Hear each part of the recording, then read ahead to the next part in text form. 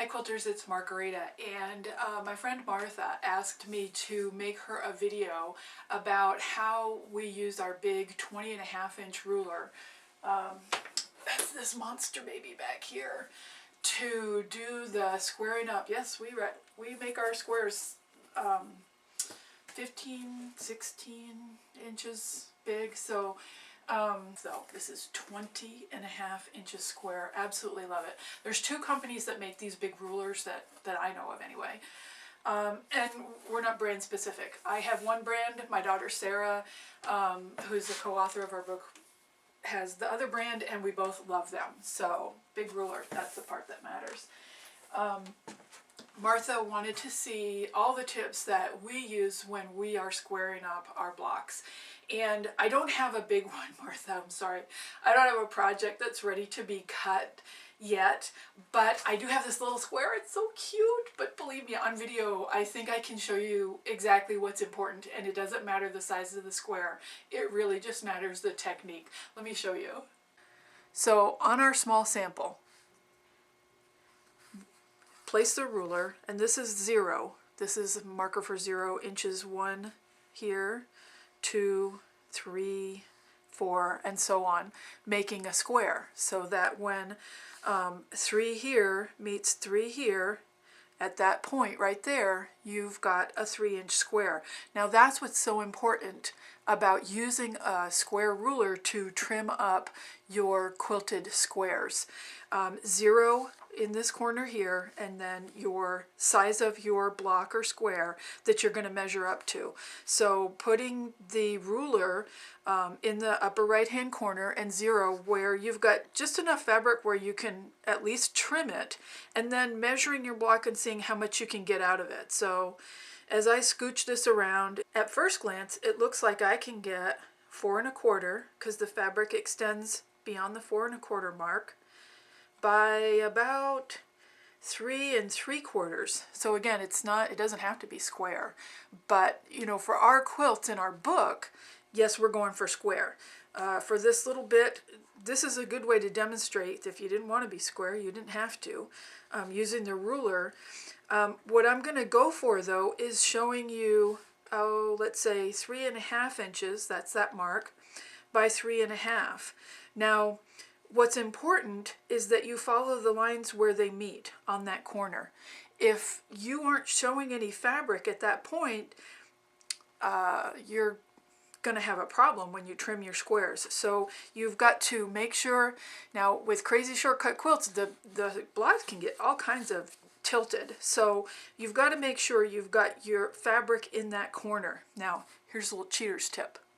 Say I wanted this square to be 4 inches wide. Okay, I wanted it to be 4 inches here. That's not a problem. Over here, look, I'm about 1/8 of an inch shy. See, that's the 1/8 of an inch mark. This is the 1/4 inch mark, and that little line right there, that black line right there, is the 1/8 of an inch mark.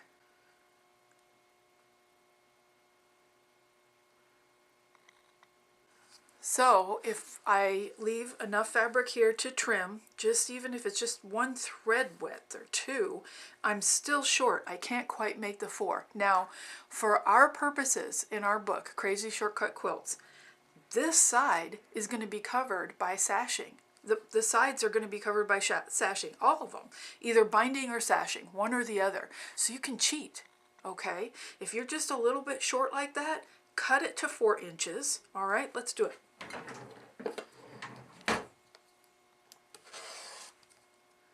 Notice that I'm cutting and holding, cutting both sides, okay? Now, here's the part that can get really confusing and you've got to be careful with. I've made sure that I have fabric in the corner that I want. And again, remember, I'm cheating, so I've got a little gap there.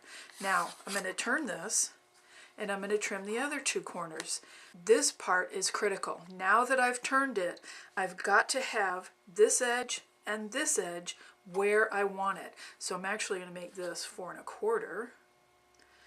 And this corner has to line up on both sides. Both sides. Let's take a close-up look at that. first place I check is right here to make sure I'm on my cut. On my lines that I'm cutting for size, see, I'm going to move it away a little. Alright, so you can see the fabric through there. I've got to get it lined up exactly right here and exactly right on this side as well. When I've got that, then I check this line here and this line here.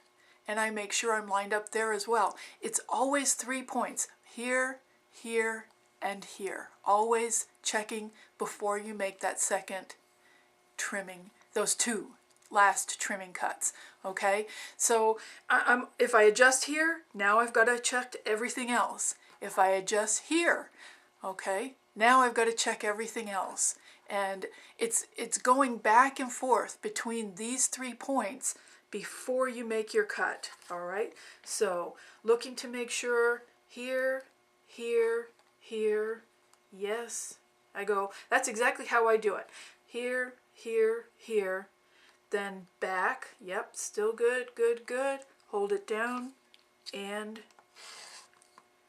trim. Pull those pieces away, make sure they're cut all the way, then let go.